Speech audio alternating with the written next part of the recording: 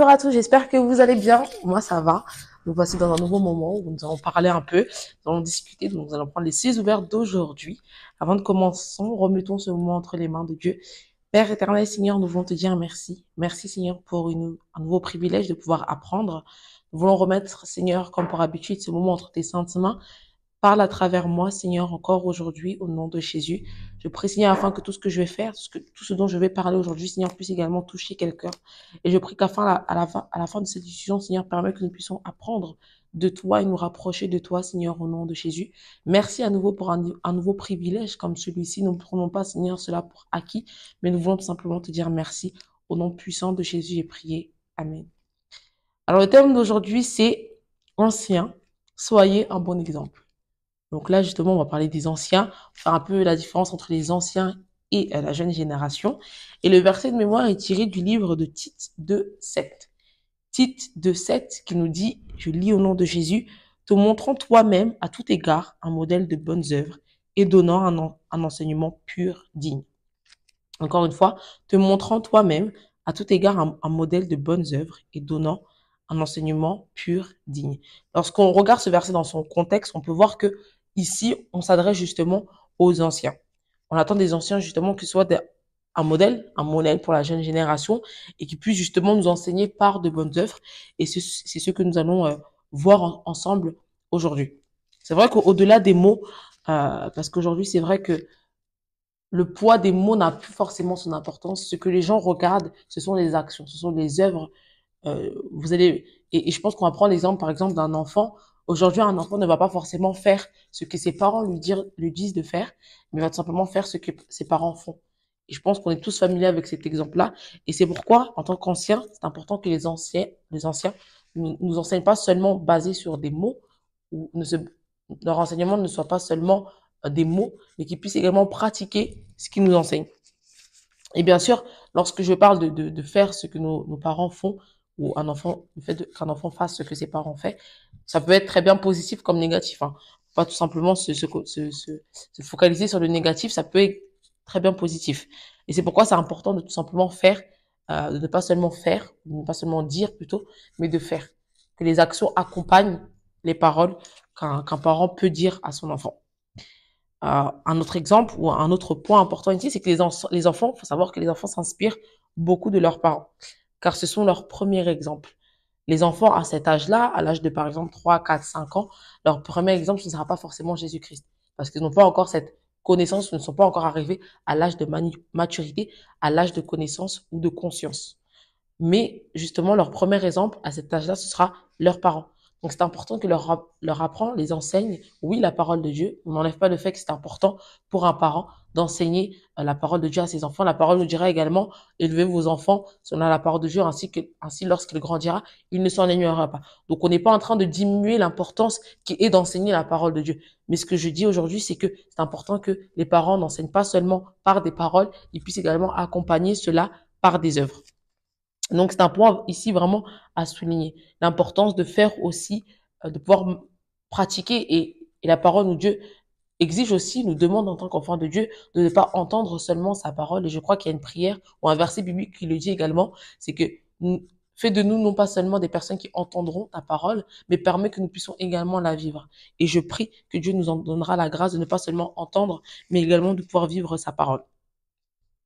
Si vous voulez qu'ils se comportent, et là je parle pour la jeune génération, si les plus anciens, parce que voilà, je me considère en effet comme une jeune, et si les plus anciens aujourd'hui souhaitent que nous puissions nous comporter correctement, leur enseignement malheureusement aujourd'hui suffira pas. Comme je le disais plus tôt, leurs œuvres également doivent suivre. C'est important que leurs œuvres suivent, qu'il puisse y avoir du sens. Pour moi, ça n'a pas forcément de poids lorsqu'une personne me dit de faire cela, mais qu'elle ne le fait pas derrière. Et je pense que c'est pareil pour tout le monde. Si moi, mes parents me disent de ne pas mentir aujourd'hui, et aujourd'hui, j'ai la connaissance, donc je sais que mentir n'est pas bien. Mais encore une fois, on va prendre l'exemple d'un plus jeune, en fait, d'un enfant. Si ses parents lui disent constamment de ne pas mentir ou de ne pas dire des gros mots, parce que malheureusement, c'est le cas aujourd'hui, si un parent dit à son enfant de ne pas dire des gros mots, qui est à la maison, il ne fait que te dire des gros mots, ça n'aura pas forcément de poids. Et je dirais même que l'enfant sera limite perdu. Parce qu'il se dira, mais pourquoi mes parents me disent de ne pas faire cela, mais eux le font. Ça n'a pas vraiment de sens. Donc, c'est important, encore une fois, que les anciens accompagnent leur enseignement de bonnes œuvres. Et c'est ce que la parole, tout simplement, nous dit ici. Un autre exemple, et ça, je vais le prendre directement de ce que notre Père dans la foi nous dit, c'est que si vos enfants vous voient à peine prier et lire la Bible, vous ne pas vous retourner et lui demander de lire la Bible. C'est encore un très bon exemple. Demain, euh, vous pouvez pas attendre de vos enfants ce que vous-même vous ne faites pas. Vous pouvez pas attendre d'eux qui prient, qui méditent, qui passent des moments de louange et d'adoration si vous-même votre vie ne les inspire pas, pardon, dans ce sens-là. Voilà, il faut vraiment que vous fassiez ce que vous dites. Ne dites pas seulement pour que les autres fassent, mais faites également ce que vous-même vous dites. Un autre point ici, c'est que Dieu attend des anciens qu'ils guident les jeunes par leurs bonnes œuvres et par l'expérience qu'ils ont afin qu'ils soient meilleurs. Et c'est très important. Et je pense que vraiment, s'il y a quelque chose que les anciens peuvent nous enseigner, c'est justement leur connaissance vis-à-vis de l'expérience qu'ils ont eue. On a la chance aujourd'hui d'avoir des anciens qui sont passés par ce que nous pouvons actuellement passer, des personnes qui ont peut-être eu la même expérience que nous avons à l'heure actuelle, des personnes qui ont fait des erreurs, des anciens qui ont fait des erreurs. Donc c'est important et je pense que s'il y a vraiment quelque chose à tirer des anciens, c'est justement voir l'expérience qu'ils ont eue, ne pas forcément avoir cette sagesse de dupliquer ce qu'il faut dupliquer et laisser ce qu'il n'y a pas à prendre. En effet, ils ont eu mon âge. Ils ont eu certainement votre âge à un moment donné dans leur vie. Mais maintenant, ils ont la maturité, ou du moins, ils ont cette capacité à nous, à pouvoir nous aider afin que avant que notre vie, pardon, soit meilleure. Et c'est important justement de s'inspirer également de leur expérience, de leurs bonnes œuvres, certes, mais également de leurs expériences pour pas passer par ce pourquoi ils sont passés. Et c'est pourquoi dans la Bible aussi, vous allez voir qu'il y a beaucoup d'exemples. Il y a beaucoup de personnages bibliques aujourd'hui dont on peut s'inspirer. Parce qu'ils ont fait justement des erreurs et grâce en méditant justement ces personnages-là ou encore la vie qu'ils ont eue, Dieu nous permet à nous aujourd'hui, grâce à la parole de Dieu, de pouvoir se dire, ah, d'accord, cette personne-là a agi comme ça, voilà ce qui s'est passé. Et donc, nous, on pourra tout simplement ne pas reproduire ces mêmes erreurs. Aujourd'hui, on a tous les supports possibles et différents pour avoir, en fait, tout simplement une vie meilleure que ce que nos prédécesseurs, nos anciens, nos arrière-parents, nos arrière-grands-parents, etc., ont eu. Et bien sûr, Dieu attend également, de la même manière qu'il attend des anciens qui nous partagent les bonnes choses, on va dire, qui nous communiquent par leurs bonnes œuvres et par l'expérience qu'ils ont eue. On attend également des jeunes qui se soumettent. Parce que c'est vrai que nous, aujourd'hui, les jeunes, on pense tout savoir. Et c'est quelque chose, je pense, en tout cas moi, que moi, j'ai très souvent entendu, et je l'entends encore aujourd'hui. Les jeunes pensent tout savoir. Et vous verrez qu'en grandissant, vous-même, vous rendrez compte qu'en fait, non, on ne sait rien. Et que c'est pour ça que c'est d'autant plus important d'écouter nos anciens, parce que eux savent de quoi ils parlent. Nous, on pense savoir basé sur les petites connaissances qu'on a et encore sur notre génération, mais eux ont vu bien plus de choses que nous. Et donc, c'est important pour nous, en tant que jeunes, de pouvoir vraiment nous soumettre au fait que non, on ne sait pas tout. Et que oui, ils ont également à nous apporter. Donc, se soumettre, oui, mais également de s'humilier. Encore une fois, je pense que reconnaître que vous ne savez pas tout, qu'on ne sait pas tout, c'est une forme d'humiliation. Et bien qu'en effet, les influences, parce que lorsqu'on parle des anciens, nous communiquer les bonnes œuvres, oui, on peut pas aussi négliger le fait qu'il y a comment dirais-je, il y a des influences extérieures. C'est-à-dire que oui, bien sûr, un enfant peut-être que ses parents vont, ou les anciens vont leur enseigner quelque chose demain, mais parce qu'ils voient autre chose à l'extérieur et parce qu'ils sont influencés par le monde extérieur, ils vont peut-être pas faire ce que les anciens justement leur ont enseigné. Donc, on va pas, voilà, pour être plus concret, on va pas non plus négliger les influences extérieures. Mais ce que je dis ici, c'est que c'est important de pouvoir prendre ou apprendre des anciens parce qu'ils ont beaucoup à nous apprendre en tant que jeunes. Et je prie vraiment afin que notre cœur puisse être ouvert. Mais malheureusement, aujourd'hui, on a aussi confronté à des personnes âgées qui pensent que ils pourront davantage nous communiquer de bonnes œuvres, justement, s'ils sont comme nous. Et notre Père dans la foi le dit, cela est tout simplement source de confusion.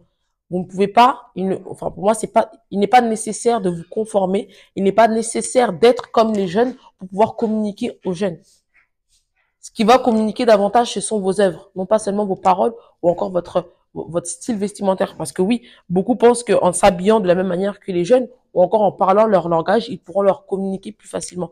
Oui, cela a une importance, une certaine importance, mais pour qu'un ancien soit plus crédible, il doit tout simplement demeurer la personne qu'il est et continuer de pouvoir exprimer ou du moins partager sa connaissance, partager son savoir-être, son savoir-faire et, encore une fois, cela passe essentiellement par les œuvres. Donc j'espère que vous avez compris mon message d'aujourd'hui. Soyez, en tout cas, si maintenant vous êtes un jeune et que vous me regardez, humiliez-vous parce que oui, les anciens ont beaucoup à nous apprendre, vos parents ont beaucoup à vous apprendre. Bien sûr, c'est aussi important pour vous d'être sage dans ce qu'ils vous apprennent parce que c'est pas tout qu'il faudra apprendre, mais vous devez être en tout cas ouvert à l'idée que ils ont quelque chose à vous apprendre. Et ancien, si vous êtes un ancien et que vous me regardez, ou vous êtes plus âgé que nous, la jeune génération, apprenez-nous, ou du moins enseignez-nous également, non pas seulement que par des paroles, mais également par des œuvres. On a, je pense, tous besoin d'un ancien qui nous guide justement comme sur la voie qu'on devrait suivre.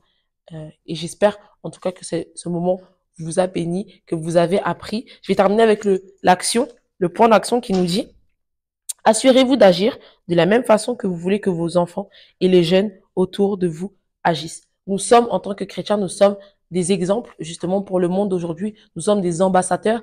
Et si on regarde au vers même chrétien, au mot chrétien, pardon, c'est être comme Christ. Et Dieu attend de nous justement que nous soyons comme Christ, que nous fassions comme Christ a fait. Oui, nous ne sommes pas parfaits. Je dis pas que nous le sommes, hein.